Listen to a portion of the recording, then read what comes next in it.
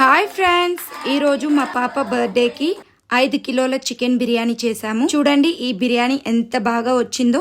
పొల్లు పొల్లుగా కలర్ఫుల్గా ఉంది. టేస్ట్ కూడా అంత బాగుంటుంది.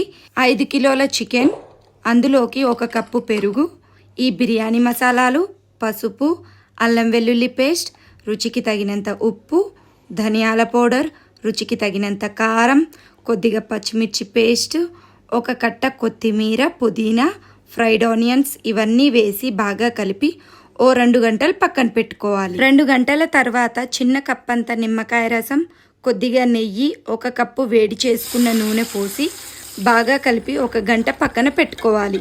5 కిలోల రైస్ కుక్ చేసేటప్పుడు చిన్న కప్పంత నెయ్యి, నిమ్మకాయ రసం, ఉప్పు వేసి ఉడికించుకోవాలి. చూడండి రైస్ పొల్లు పొల్లుగా లేదా 50% ఉడికినప్పుడు లేయర్గా వేయాలి. బాస్మతి రైస్తో పాటు గంజినీళ్ళు వచ్చినా ఏం కాదు.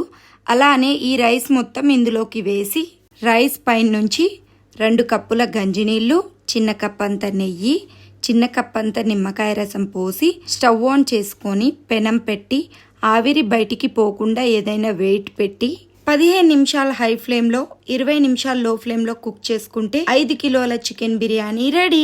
మీ ఇంట్లో జరిగే చిన్న చిన్న ఫంక్షన్స్కి ఈ విధంగా చేయండి. టేస్ట్ చాలా బాగుంటుంది. అలాగే అందరికీ అడ్వాన్స్ హ్యాపీ దివాళీ. అందరికీ థ్యాంక్ యూ సో మచ్.